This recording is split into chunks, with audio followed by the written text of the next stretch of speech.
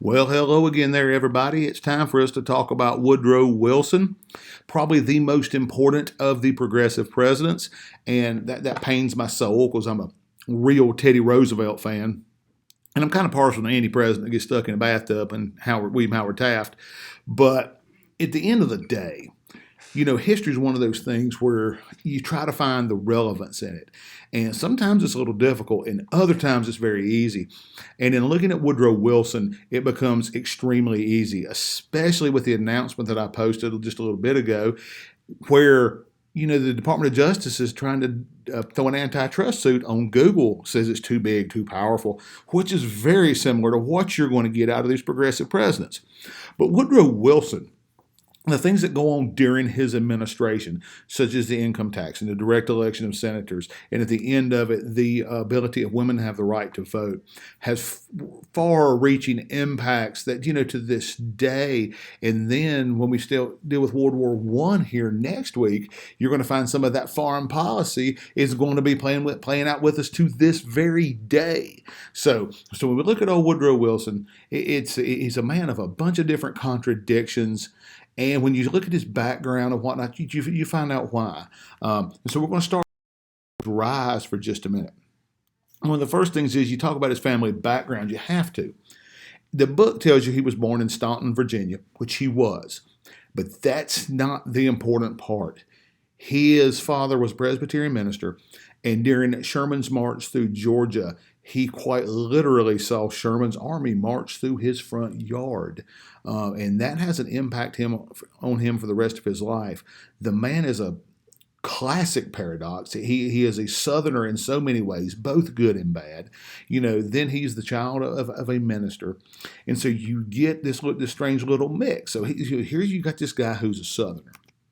And then he ends up with his PhD at Johns Hopkins University, where he studied with a local man. And when I say local, I mean local to Cleveland County, a man by the name of Thomas Dixon, that Dixon Boulevard's named after. He and Woodrow Wilson were table mates. Back then in grad school, you had table readings and a bunch of other stuff that we don't do anymore, but they were table mates. So these two are, big buddies at the time, which is a whole story for a different day and how that impacts not only Woodrow Wilson, but how it impacts Thomas Dixon and some of the imagery we have from this time period. But when you look at his professional background, here you've got a guy who's a political scientist. You do not find many politicians who are formally trained in political science. Matter of fact, Wilson is our only president with a PhD. So he's got that theoretical knowledge of how government works. It's kind of like in a school system. You've got principals such as myself who we know how schools really operate, and then you've got people at the state level who know how schools they think maybe kind of should operate on paper. Wilson's that paper guy. Here's how it should work. And he's incredibly smart, but incredibly haughty and arrogant, if you read in the book. Then so not only is he a political scientist, he's also an Anglophile. His PhD thesis is on Congress and how Congress is a bunch of bumbling morons and it needs an incredibly strong executive to kind of steer the ship, okay? And they need to make sure that Congress doesn't screw things up. Somebody much smarter than them needs to run it. And that's going to be how his administration plays out. But his political career is going to be odd because he's going to start off life as a professor. I mean, that's his vocation. And so when he goes from that, then he becomes president. I believe it was Princeton University.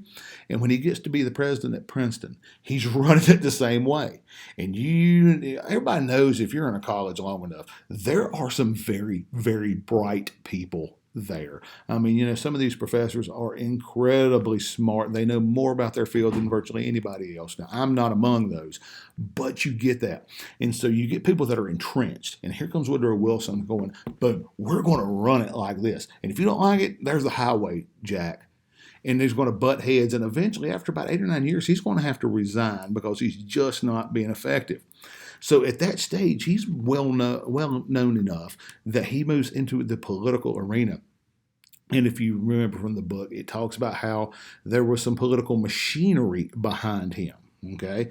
Now, the problem is that machine's behind him. But Woodrow Wilson is not a machine kind of guy. So he's rising from professor to president of a college to governor. And like Teddy, they thought he could be handleable. And he's not going to be able to be. And he's quite liberal for the era, which is also a penchant from universities as well. So that's kind of his rise. From a child of a Presbyterian minister that saw Sherman's March go through his yard, a devout Southerner, a political scientist, an Anglophile who wrote his dissertation on the idea of a strong executive versus a weak Congress, who could not get along well enough at Princeton, and so then, boom, becomes governor. Next thing you know, he's going to become president. But that's not going to be the easiest thing in the world. Well, this thing needs to go on. It's not wanting to click. I'll have to click it for me.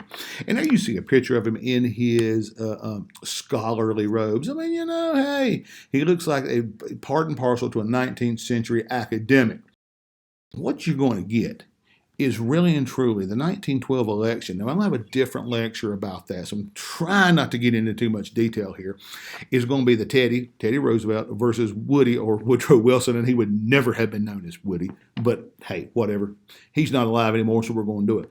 It's really Teddy versus Woody, and it's Teddy Roosevelt's square deal versus Woodrow Wilson's New Freedom. And you look at that square deal from Teddy Roosevelt, regulate the bad trust. Some of them have to be regulated, others can go do their thing.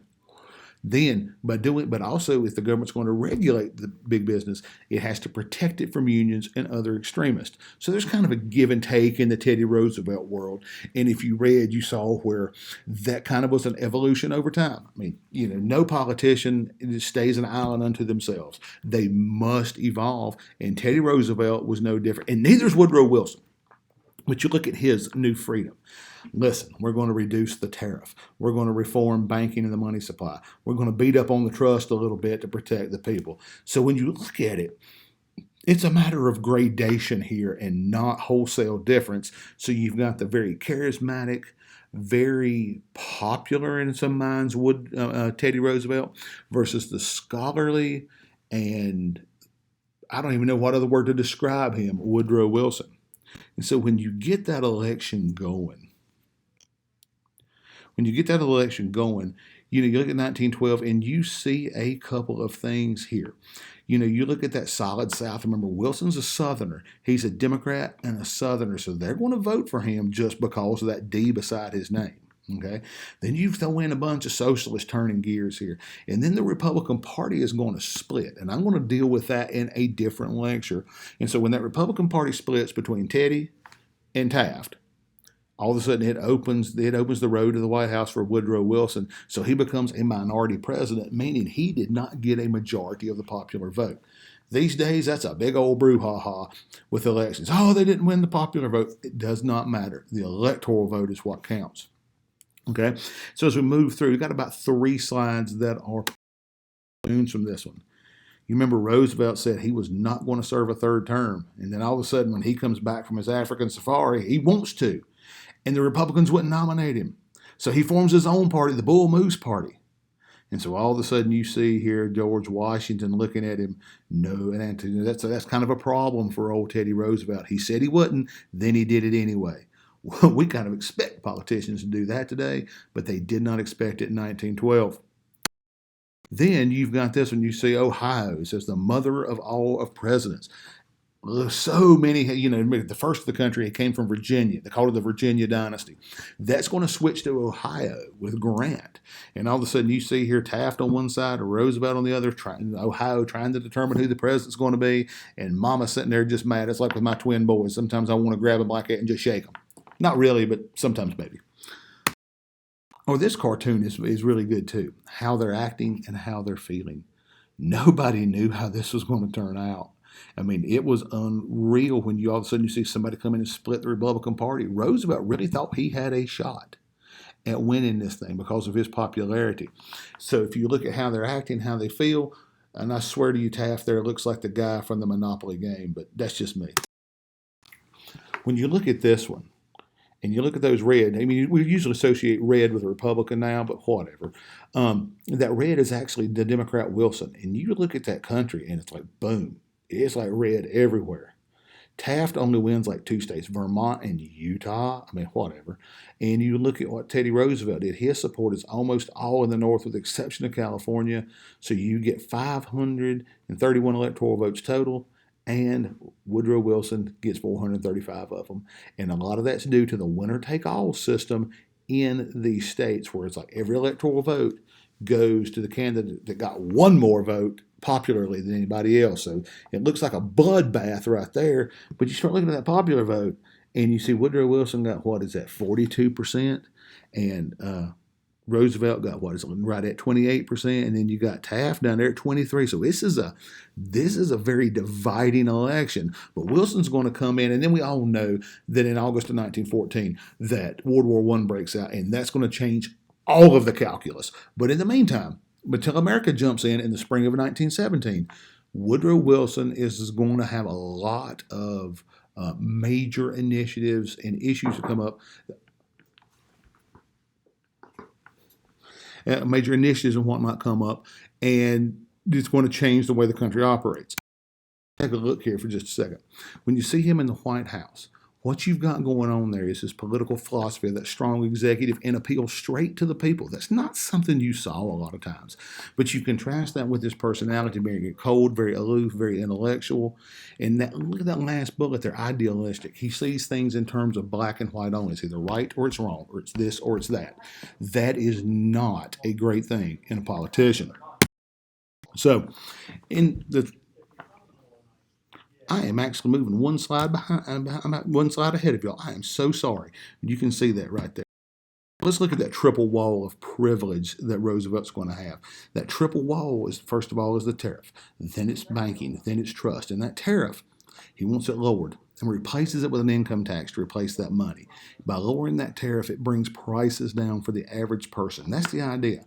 And that income tax, you really want to have some fun and get mad, you look at exactly how that thing was instituted and what your limits were and what incomes were taxed, and see it today, and oh man, it is something else.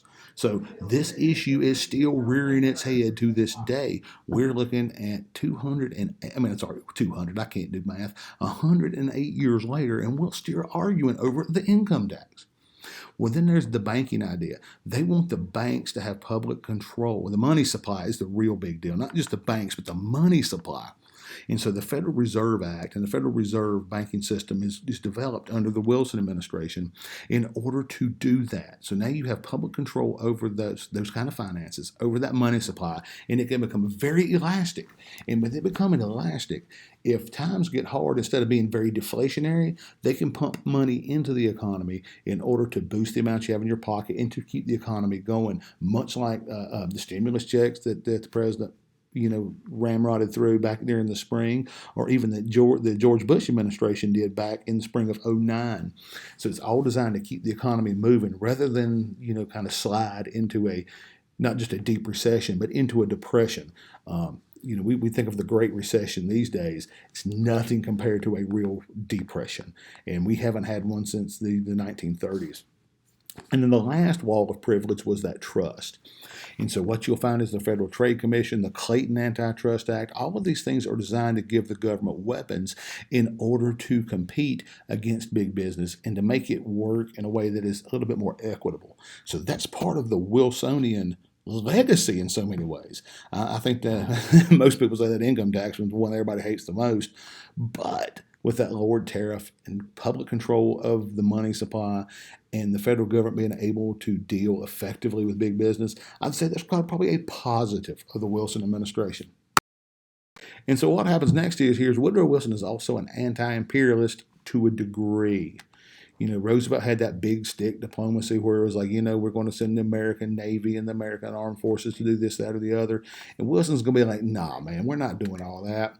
And so what happens is the Philippines get granted territorial status. In California, you had Japanese immigrants who weren't allowed to do this, that, or the other. And so, listen, he comes in and says, no, California, you're going to allow Japanese immigrants to own land. We're going to allow them to become citizens at some point. This is an anti-imperialist thing here. all of these supports we had for Asian and Latin American investments, businesses like, hey, if we invest money there, the federal government's going to back us up and they're going to come in and they're going to help us out. They're going to do this like in the Boxer Rebellion or even during the Cuban Rebellion and the Spanish American War is a result of that. And so, but what Wilson's going to say is, you know what, we're not in the business of propping you up. So he's going to put out some of those strings that were that tied American business and American government into foreign countries. Ways, Woodrow Wilson was himself an imperialist, and he did use military intervention to protect Americans. I want you to see what I've got coming up here. Protect in quotation marks in the Haitian Civil War. Basically, you're way too close to America, and we're going to make sure that everything's the way we want it. Sending the Marines into the Dominican Republic to supervise their finances because they weren't quite, sure what they needed to do there. Then in Mexico, now let's put save for another day because we're going to, because this is going to lead us right up to World War I, when Mexico's got its own little problems with Pancho Villa and Manuel Huerta and a couple of those. But we're going to save that for a different day because Wilson is going to send men on a punitive expedition, and one of my friend's grandfathers was actually on it, which is really kind of cool. And there are going to be some other acquisitions and takeovers, but what I'm getting around to here is Woodrow Wilson, prior to World War I, he's a reformer, and his reforms are going to have that long-lasting effect. He's just not a good politician, and that's the problem, okay? So that's going to play into it just a little bit. So hope y'all got a little bit out of it. Sorry I was a little off on the slide time in there. Looking at them on the two of them on the screen on the same time. It's, technology's fun until it's not. But if there's any problems with it, please let me know. Be happy to redo it.